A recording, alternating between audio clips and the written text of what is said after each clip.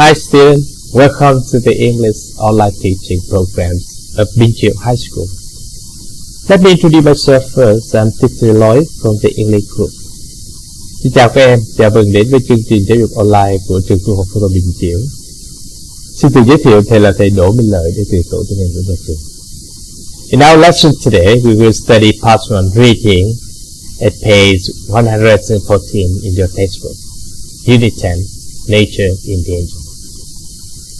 And our lesson today will contain two main parts. The first one will be vocabulary building, and the second one is reading skills. Bài của chúng ta sẽ bao gồm hai phần chính. Phần thứ nhất là vocabulary building, xây dựng phát triển từ mới. And the second one will be reading skills, kỹ năng đọc hiểu. Are you ready? Let's begin. Before you read, I would like you to see some of the picture of some animals. Do you know these animals? Yeah. The first one is cheetah, the second one panda, and the last one Siberian tiger. Gấu guepard, gấu trúc và hổ Siberian. Let's study some facts about them. One found throughout Africa and Asia. Cheetahs are now only scattered throughout East Africa. Từng được phát hiện khắp nơi ở châu Phi và châu Á. Gấu guepard bây giờ chỉ còn rải rác ở phía Đông Phi. It estimated that only 1,000 pandas remain in the wild. Người ta ước lượng rằng chỉ còn có khoảng 1.000 con gấu trúc còn sống trong tự nhiên. And there are only about 20 Siberian tigers left in the wild in China, and about 100 live in Chinese zoos in national park. Và chỉ có khoảng 20 con hổ Siberian còn ở trong tự nhiên ở Trung Quốc, và khoảng 100 con khác thì sống trong các sở thú và công viên quốc gia của Trung Quốc mà thôi. What do you understand from the fact? Các em hiểu thế nào về những số liệu này? And can you explain the reason why the number of these animals have become small? The answer will be in the next part. Câu trả lời sẽ nằm ở trong phần tiếp theo, the reading passage.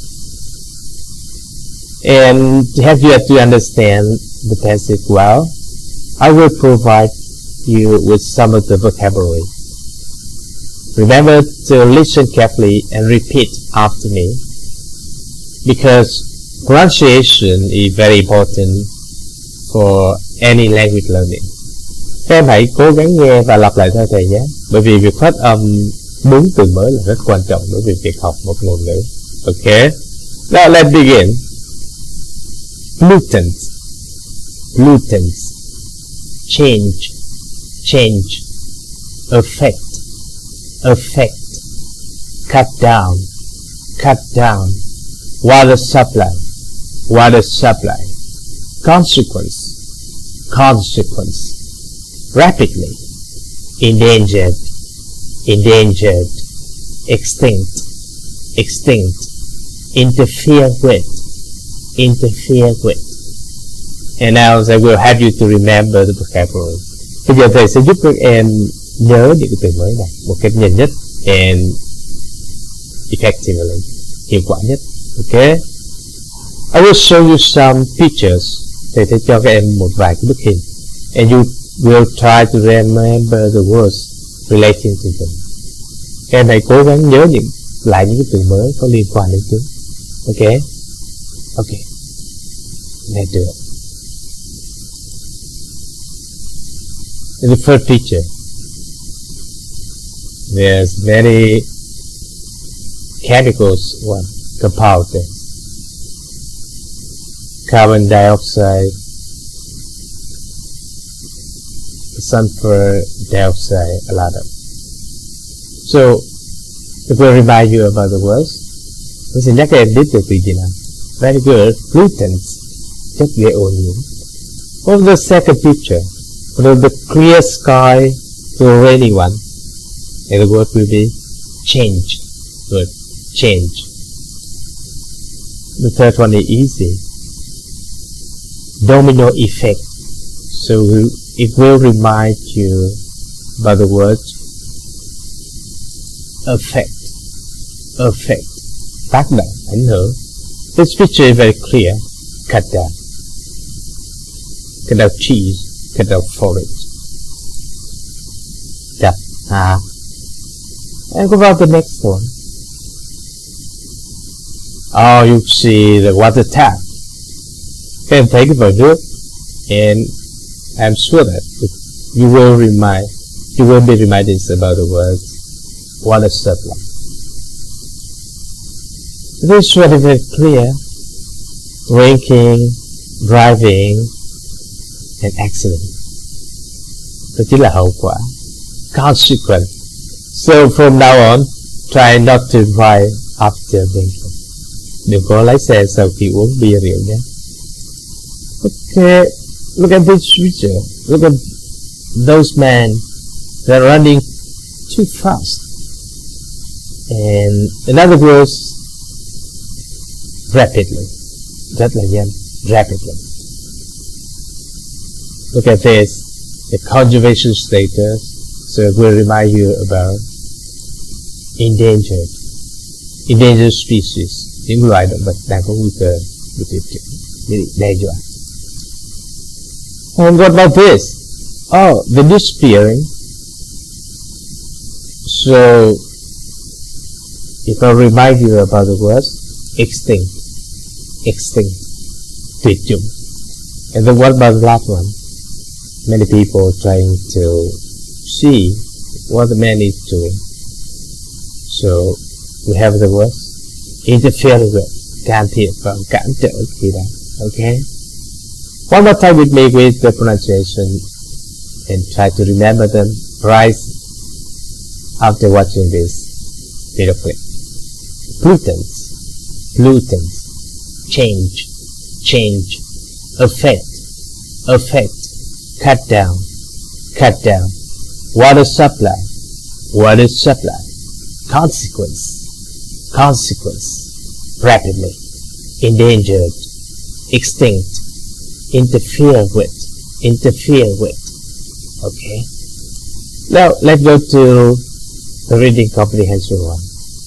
To help you understand the reading passage, I will help you with the pronunciation of it.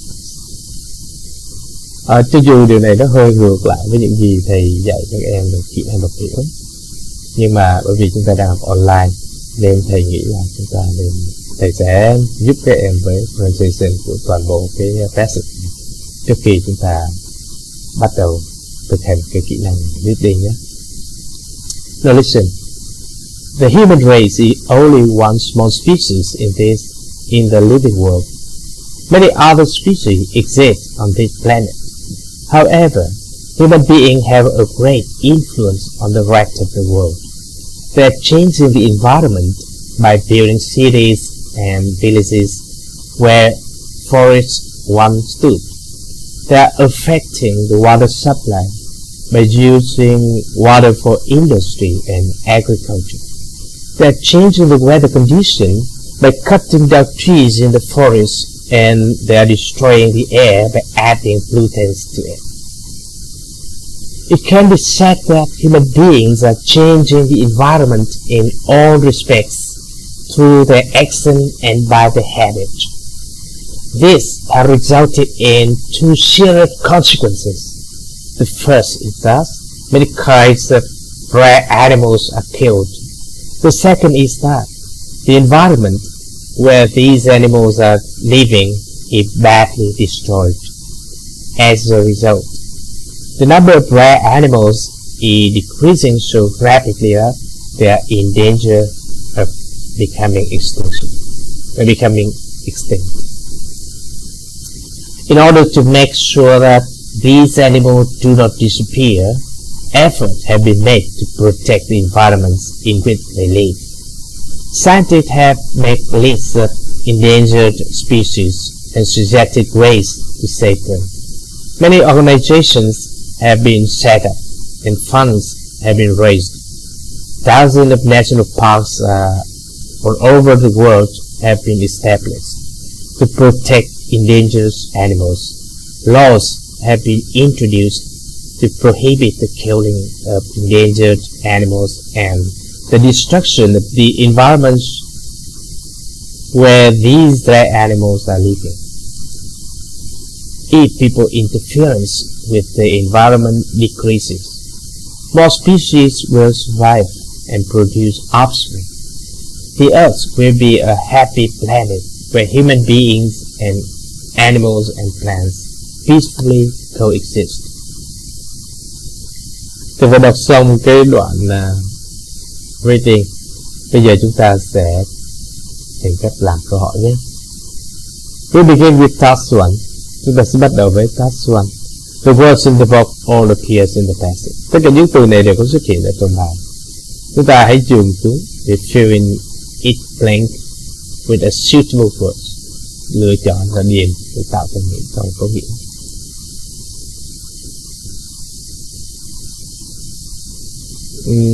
In here, I would like you to pause the clip. Em hãy ngừng cái clip lại and do the task in your text, in your notebook before we check the answer with me.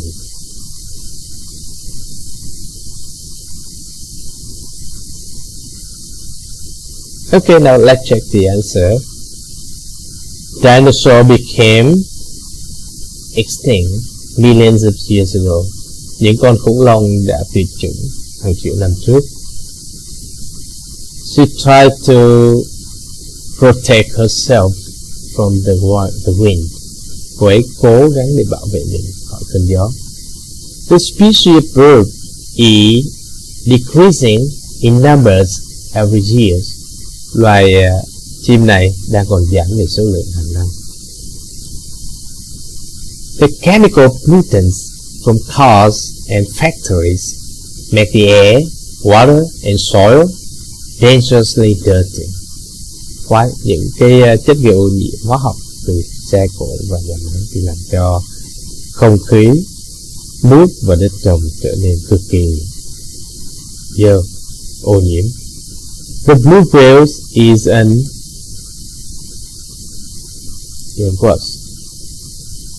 endangered species. Cá voi xanh là một loài động vật đang bị đe dọa, đang có nguy cơ bị tuyệt chủng. Because of the interference of human beings, many animals have become extinct. Bởi vì sự can thiệp của con người mà nhiều loài động vật đã trở nên tuyệt chủng. I cannot hide alongside. Now we move to task 2. Bây giờ chúng ta chuyển sang một dạng bài tập thứ hai. Here's the most common task in any exam paper. Đây là một cái dạng bài mà chúng ta thấy thường xuyên trong tất cả các bài kiểm tra. Và cái kỹ năng để làm cái bài này như sau. Bao giờ cũng vậy, hãy bắt đầu từ câu hỏi. Đừng làm ngược như chúng ta đang làm bây giờ. Hãy bắt đầu từ câu hỏi, gạch chân những cụm từ quan trọng, rồi sau đó quay lên bài để tìm cái thông tin ở trong bài. Bây giờ chúng ta làm thử nhé. How human beings affecting the water supply? How are human beings affecting the water supply? Con người đang còn tác động đến cái nguồn nước như thế nào? Thì chúng ta thấy ở đây là how này, human beings affect the water supply. Và chúng ta dễ dàng tìm ra được chúng ở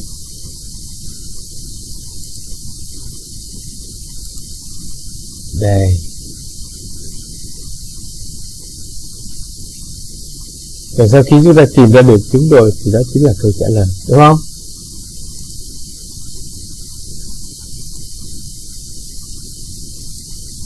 They are affecting the water supply by using water for industry and agriculture.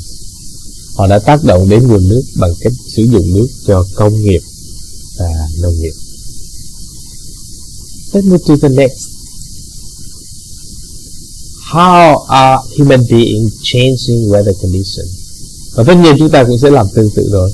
Đầu tiên là chúng ta sẽ gạch chân những cái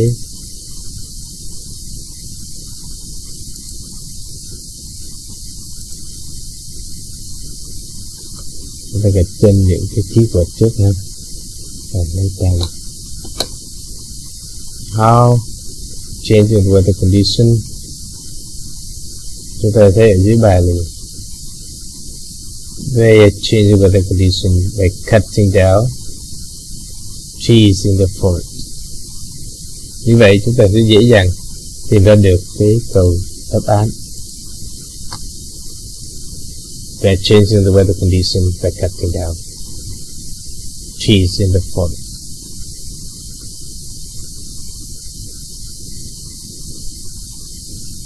Tiếp theo, what are the two serious consequences? Ở đây chúng ta sẽ gạch trên cái phần two serious consequences này.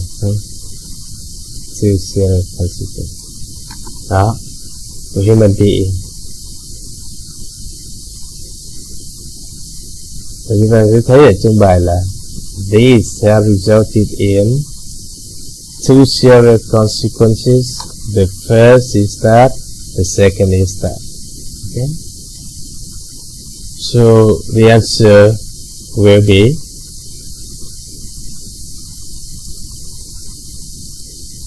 the first is that many kinds of rare animals are killed. The second is that the environment where these animals are living is badly destroyed. Okay. Then we move to the last question. Bây giờ chúng ta sẽ đến với câu hỏi cuối cùng. What will happen if people stop interfering with the environment? Điều gì sẽ xảy ra này? What là cái gì này? Sẽ xảy ra này, happen. Nếu như con người stop interfering, thôi không còn can thiệp vào the environment nữa. Thì chúng ta cũng dễ dàng thấy ở đoạn cuối cùng của bài đọc là if people interference with the environment decrease, more species will survive and produce offspring.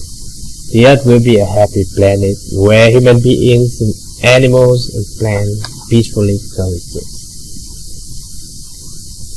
Chính là câu trả lời luôn ha.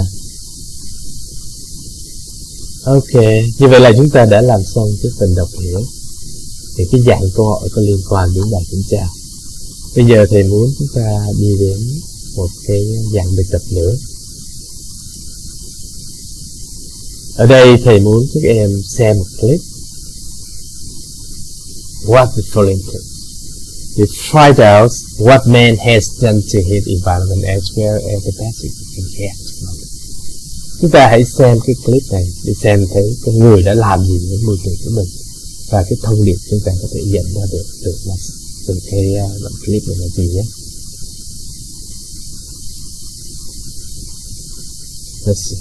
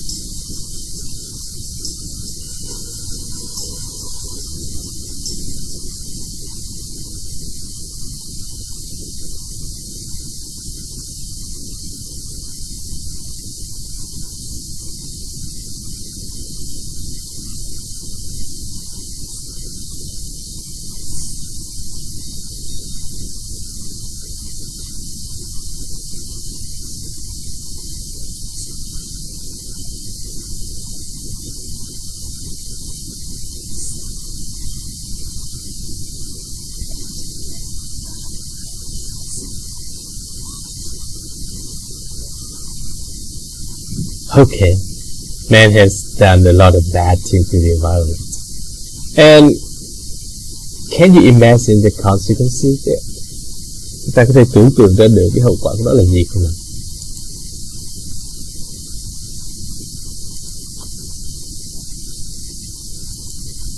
Đó chính là extinction, sự tuyệt chủng. Đó chính là forest loss, đó là sự biến mất của rừng. Và sự biến mất của rừng thì sẽ dẫn đến severe weather conditions, những cái hiện tượng thời tiết rất là cực đoan mà những năm qua chúng ta đã gánh chịu rất nhiều. Và cái cuối cùng, cái mà chúng ta đang phải đối diện với nó, đó chính là pandemic, các đại dịch. Ok. Và cái thông điệp mà chúng ta có thể có được từ cái đoạn clip là stop interfering with the environment. Hãy thôi đừng có can thiệp vào môi trường nữa. Save the world, save the earth. If you were one of the leaders of the world, think up the solution that you would do to improve the situation. Nếu em là một trong những nhà lãnh đạo của thế giới này, hãy nghĩ về những giải pháp nào mà các em có thể làm để cải thiện tình trạng như thế. Ok, đó là một câu hỏi mở. It's an open question for all of you to think.